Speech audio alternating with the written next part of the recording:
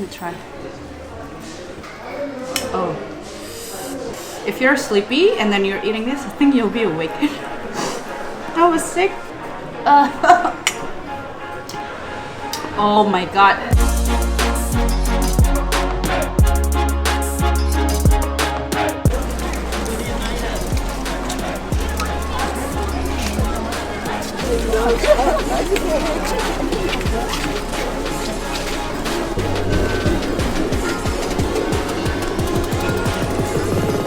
Good afternoon everyone, welcome back to my channel. I am currently in Boudhanath with Aleesa. We are currently in front of the Boudhanath Stupa. It is so pretty. I'm actually feeling quite sick, but we are motivated to try Nepalese food today. I'm mesmerized by the stupa itself. Everyone is praying to the stupa. It looks pretty. Oh my god, I'm beyond words, speechless. Boudhanath Stupa, known as Jarung Kashor, is a home to one of the largest Buddhist stupas in the world. For centuries, Boudhanath has been an important place of pilgrimage and meditation for Tibetan Buddhists and local Nepalese. It is located on what was a major trade route between Nepal and Tibet.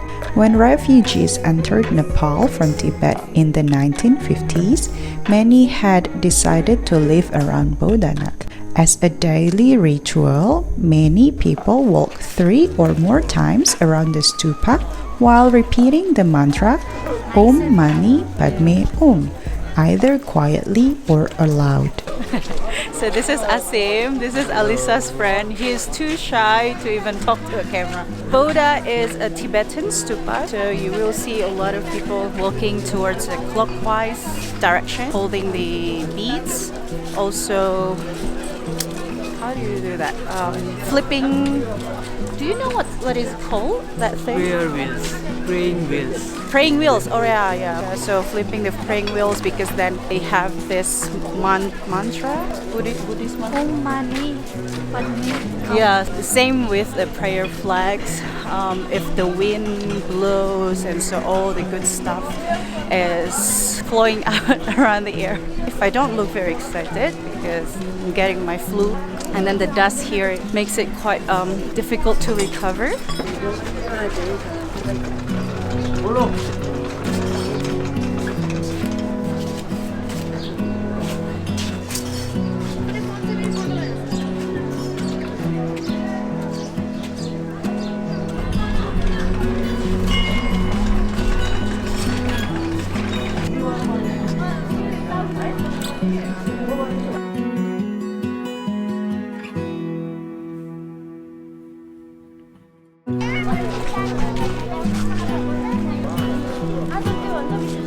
You see the sky, this part of the sky area is quite clear, whereas the other part is quite cloudy, and it looks like me, slightly sick. Probably this guy is also feeling sick like me, but this is magnificent, you know.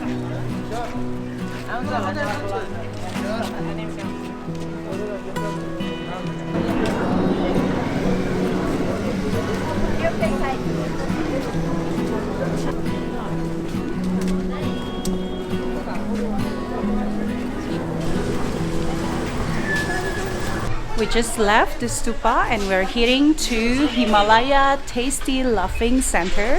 It is quite a unique food, Tibetan Nepalese, I would say. Yeah, Tibetan Nepalese, yeah?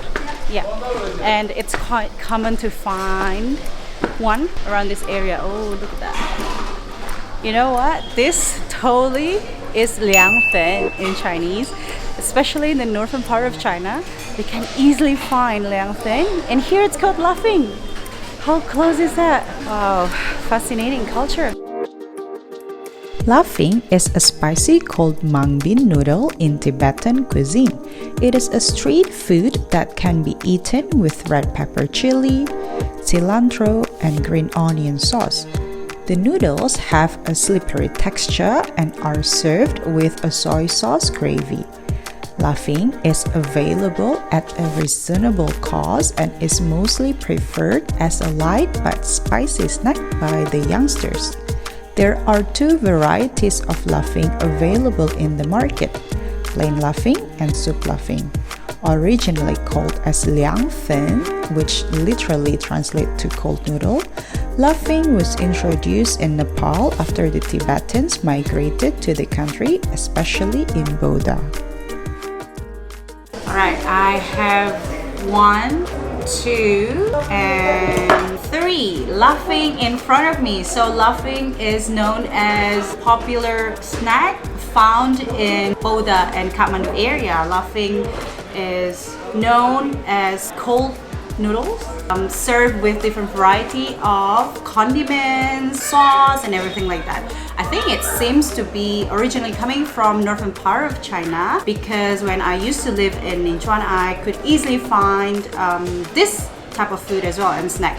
In China, we call that as liang fen, which is basically the same, cold noodles. So the first noodles being laughing with noodles, crispy noodles inside of it. By the looks of it, it's going to be spicy. We try first being the noodles.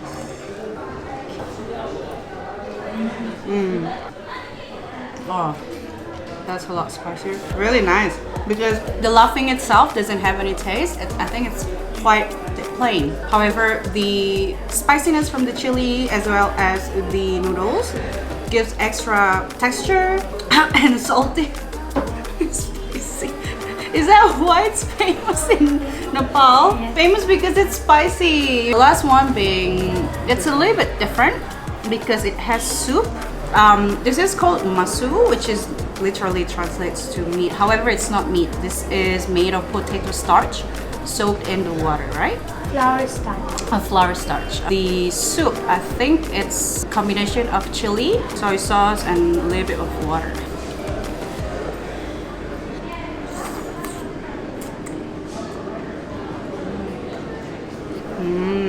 This tastes very similar to liang fen.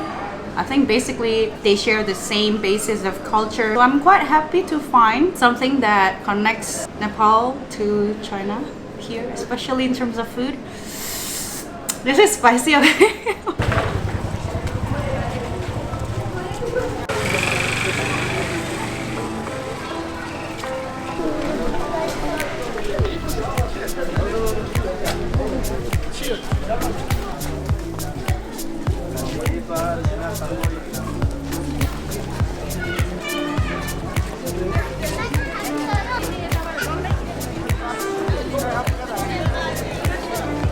So we're all still like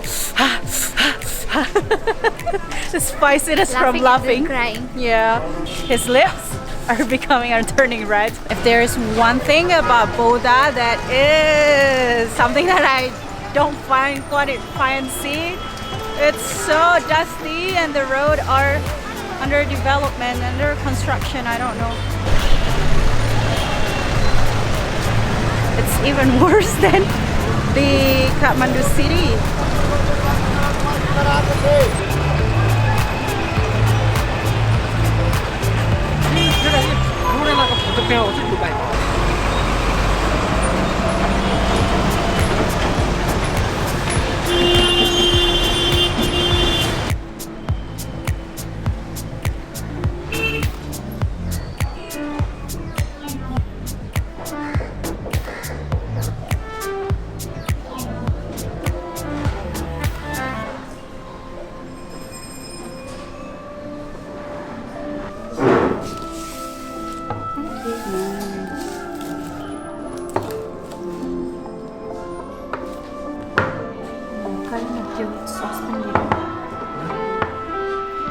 So if there's one thing that you should know about Nepalese food is there are a couple of staple food that you will find everywhere you go.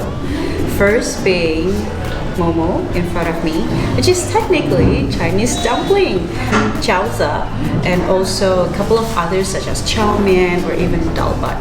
I'm currently holding buff momo, which is water buffalo. Thank you.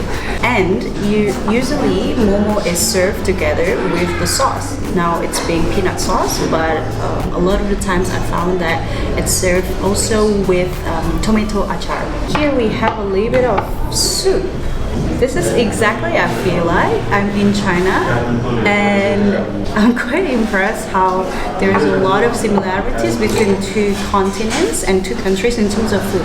Even the noodles, it's called chow mian. Mian means noodles in Chinese, and there are a couple of other condiments and sauce that you can dip the momo into the sauce. There's one particular saying that Aleesa told me: if you are Nepalese, which I'm not, you can't break the momo into two pieces. If you love momo so much, you have to eat that as one piece in particular all together. So I'll try to do that because I'm trying to be as Nepalese as I possibly could. How do I eat this? Just first, oh, it looks so moist, still steamy. Oh, look at that juice. Nice. You got the sauce, so you dip a little bit of both sides.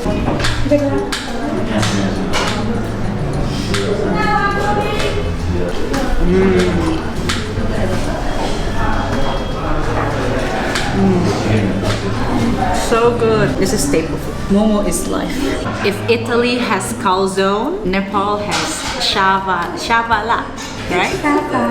Shavale. So this looks exactly like Nepalese calzone, but the filling is with buff meat. It looks like it's going to be very crispy in texture and still hot and steamy. It's not as steamy as it was. Yeah. Yeah? Let me try to smell my food. The feeling is the same with momo that we just had, but it's just like different texture outside of the skin. This is more of a crispy skin. The previous one it's more of a steamy, so it's more mushy and soft. Whereas this one, I think this will be quite crispy.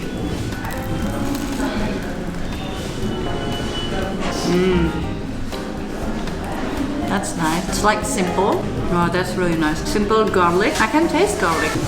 I know that's not too much of spices. It's not overpowering. So it's just simply the taste of buffalo meat. Let me try to break it down for you. Nice.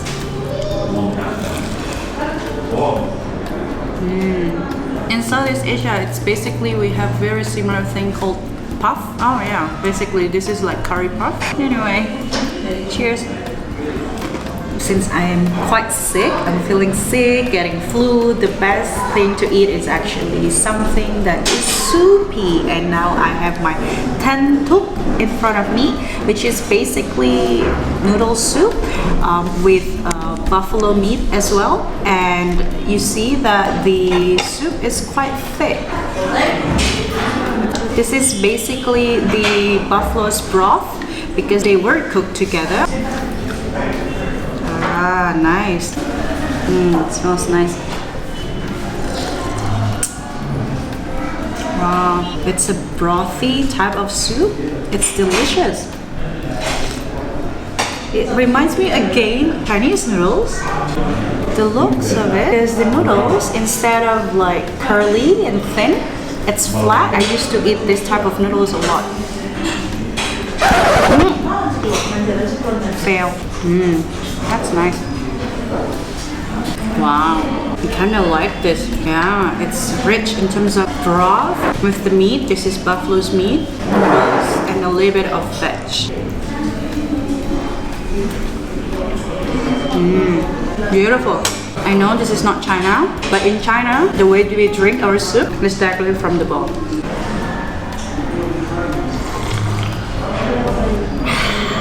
Nice. I think that's pretty much about it for today. I'm not feeling very well, so I'm going to just finish. All of us are going to finish the food because both of them are already drooling over the food. Thank you so much for watching. I hope that you get a little bit of glimpse of Tibetan Nepalese food that were shown to us, even to me, and I'm quite surprised how much similarities between that food to Chinese food I found in northern part of China or in all over China in general. Let me know what you think. Don't forget to like, comment, and subscribe to this channel. See you again next time. Bye. Oh, it's recording.